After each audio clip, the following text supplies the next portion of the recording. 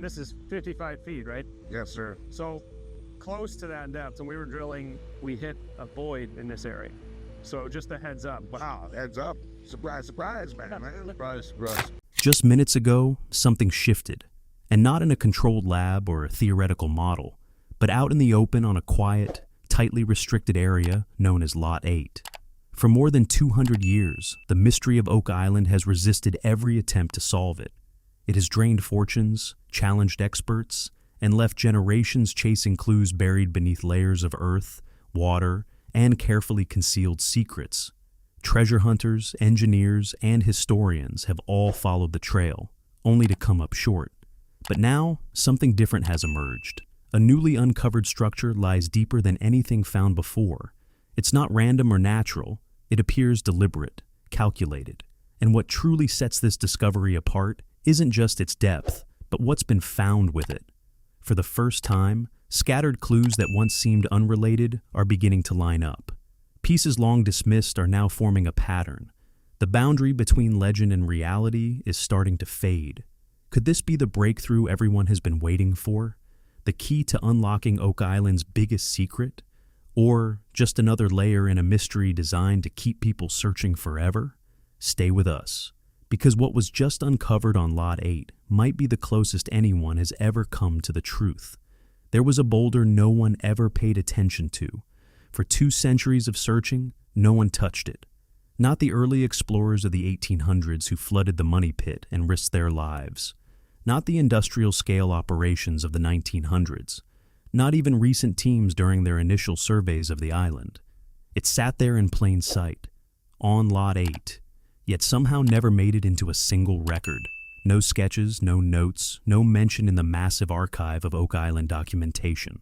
That absence alone is striking. A week ago, everything changed. The team finally decided to move it. Using heavy equipment, they shifted the massive 40,000-pound stone. What they found underneath wasn't natural ground. Instead, there was a carefully arranged circle of smaller rocks surrounding a filled depression. Packed soil sealing something below. This wasn't geology. It was intentional. Possibly a shaft. Possibly something even more significant. Either way, that boulder wasn't just sitting there by chance. It was placed to hide something. Now, standing at the site, Rick examines the exposed formation alongside archaeologist Fiona Steele and Jack Begley. The excavation is slow and precise, layer by layer, with every detail recorded. Fiona knows that once something is missed, it's gone forever. As Rick looks closer, something stands out. The structure isn't uniform. On one side, the stones are arranged in a way that clearly supports weight, like a foundation or covering built with purpose.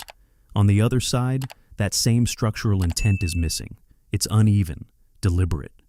Why build it this way? Rick asks. That question hangs in the air. Fiona has been thinking the same thing. Based on what she sees, she believes this feature dates back to a time before the 1700s, before the first recorded treasure hunts, before the legends that drew people here even existed. Whatever happened here, it predates the mystery itself. Then comes the science. Spooner returns to Lot 8 with an XRF scanner, revisiting earlier readings that already raised eyebrows. Weeks ago, soil samples from beneath the boulder revealed unusually high levels of lead, far beyond what's typical for untouched ground in that region. On its own, lead doesn't always mean much. But in this context, sealed soil beneath a deliberately placed stone over a man-made feature, it tells a different story. Lead combined with signs of combustion suggests something specific. Underground fire, not surface burning, not accidental. Controlled fire beneath the ground, what's known as fire setting, an ancient mining technique used to break rock and open tunnels long before explosives existed. This method dates back to medieval times. If that's what the evidence is showing, then someone may have been digging here hundreds of years ago, possibly as far back as the 1300s or 1400s. Now, Spooner scans a fresh sample. The device processes the data. He watches carefully. Then he pauses. There's something new, he says, something that wasn't in the earlier readings. He looks up. Silver. The word lands heavily. Silver. Found in sealed soil beneath the boulder. in a layer untouched by any known searcher in over 200 years. And suddenly, everything feels different. As the search continues, Fiona suddenly freezes. Rick lets out a slow breath. Spooner stares back at the scanner, the way you do when the result feels too important to misread. He double-checks it. No mistake. Later that morning, Spooner returns to the pit just as Fiona's team clears away the last of the backfill. The moment he gets a clear look, he stops in his tracks. What's been revealed isn't random. It's a tightly packed layer of flat stones, deliberately arranged, carefully fitted together. These stones haven't shifted over time, haven't been scattered by weather or pushed around by natural forces. This isn't the result of glaciers or centuries of settling. This is design. Each stone has been placed with purpose, fitting into a larger structure that clearly serves a function. Surrounding that central layer is something even more striking, a circular ring of rocks forming a kind of cradle around it. A structure built to hold shape, define boundaries, and shield whatever lies beneath from pressure above. Whoever created this didn't just stack stones, they engineered something. It's unlike anything we've seen on Oak Island, Fiona says. Honestly, anything in Nova Scotia. She steps back, then looks directly at Spooner. Tell me if this sounds crazy, she adds, because this doesn't feel natural at all. Spooner doesn't hesitate. It's not natural, he replies. It can't be, especially with the organic material around those stones. He walks along the edge, studying how the outer ring interacts with the inner layer, reading the structure like a blueprint carved into the earth. I've never seen anything like this here, he says finally. I'm honestly blown away. Then he gives it a possible explanation, the only one that fits the evidence so far. That massive boulder, it wasn't just sitting there. It was either meant to mark this spot or to protect something hidden beneath it. Either way, it implies intention. Someone came here, built this with skill and effort, and left it behind knowing exactly what they were doing, counting on that 40,000-pound stone to keep it sealed. Fiona is already thinking ahead. I want to keep removing soil, she says, gesturing toward the circular formation. I need to see if this pattern continues. There could be something underneath. The real question isn't if something was buried here, it's what. And everything they're seeing keeps pointing in the same direction. This wasn't an accident. Ian Spooner knows this land. He's studied rock formations across Oak Island and all over Nova Scotia. He understands how glaciers move, how water reshapes terrain, how time alters the landscape. Nature can do a lot, but it doesn't do this. It doesn't create perfectly arranged circular structures made of fitted stones. It doesn't carve out a depression, fill it deliberately, and then cap it with a massive boulder placed with precision. That kind of work requires intention. We need to examine everything carefully, Fiona says. We can't afford to miss anything. There could be treasure here. The next step is slow and methodical. Remove more soil, document every layer, measure every stone. Eventually, they'll lift the structure itself to see what it's been protecting. But there's no rushing this, because if they overlook even a single detail now, it's gone forever. And if this site turns out to be more significant than they already suspect, every piece of data they collect could matter. Later that day, Rick returns with Laird and a researcher named Peter, someone who has spent years studying ancient stone constructions across Europe and North America. Massive platforms, chambered structures, and megalithic designs built by cultures that understood geometry and physics in remarkable ways. Rick has been quiet most of the day, but now, standing at the edge of the pit, he speaks. I've worked with stone for years, he says, and when I look at this, I think, how would you even build something like this? And why go through all that effort unless you plan to access what's underneath? He pauses, staring into the feature. And if something is down there, it must have been incredibly important to them. This kind of work takes serious manpower and resources. Peter steps forward, studying the structure closely.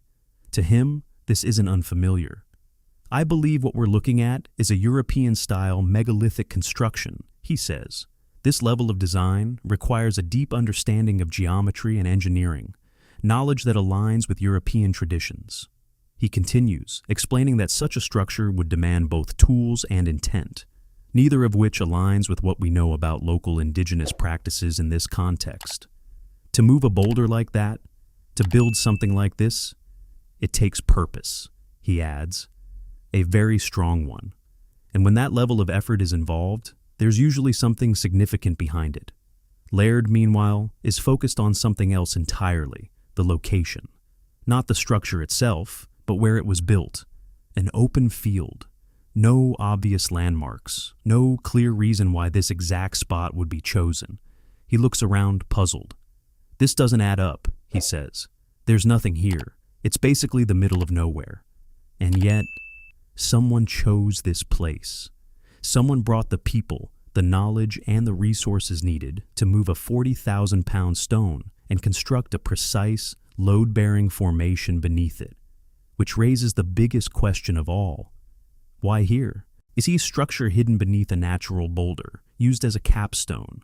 Whoever built this had the motivation, the belief, and the resources to carry out an enormous task, only to seal it completely and leave nothing behind on the surface that could hint at what lay below. This isn't the first time something unusual has surfaced on Oak Island.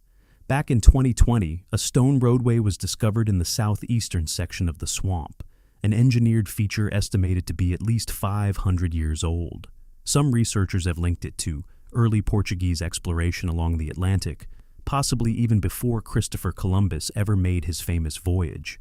Adding to that timeline, a 14th century Portuguese silver coin, reportedly found near the Money Pit in 1849, suggests that individuals connected to Portugal may have reached this island long before recorded European settlement began in Nova Scotia.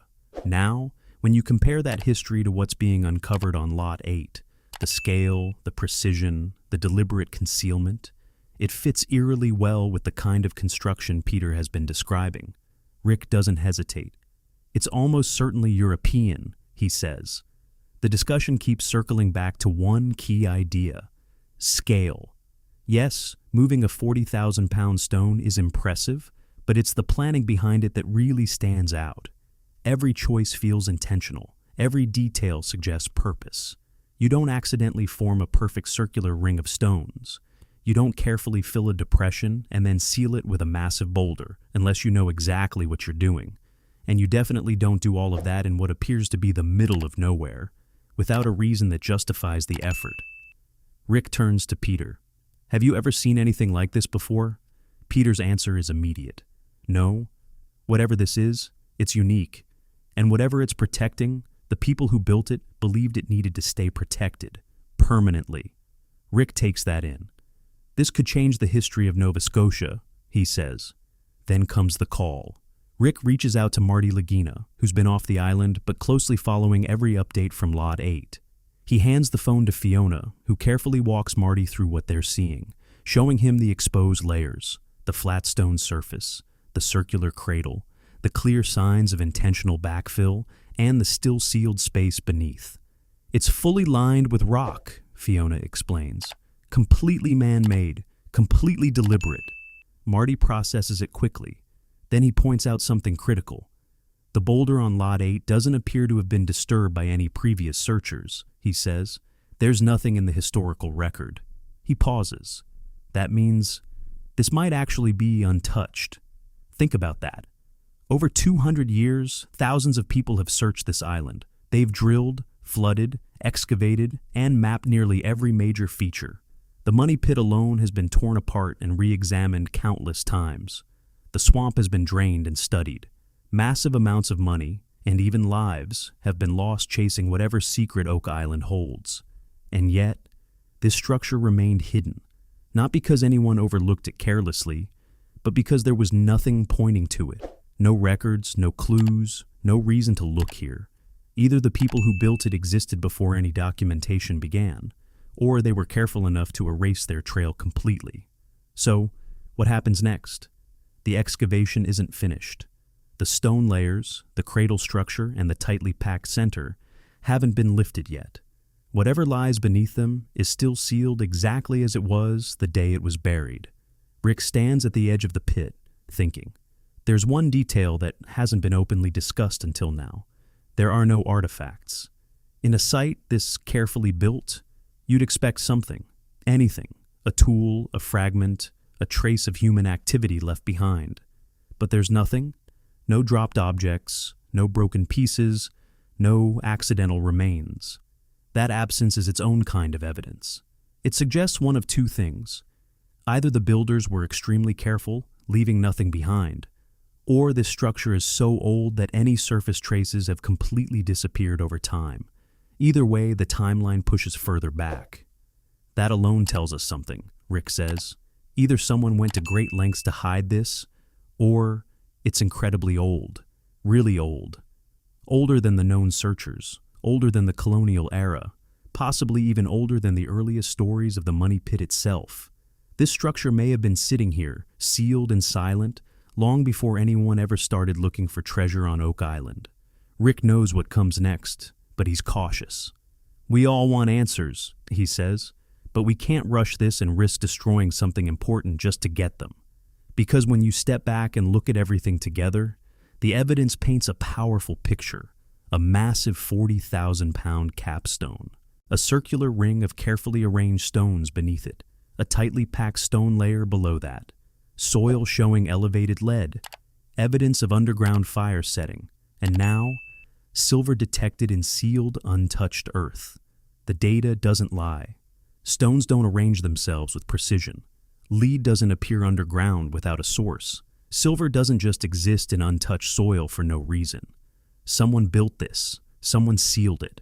And for the first time in over 2 centuries of searching, the people standing above it right now may be the first to see it, since the day it was hidden.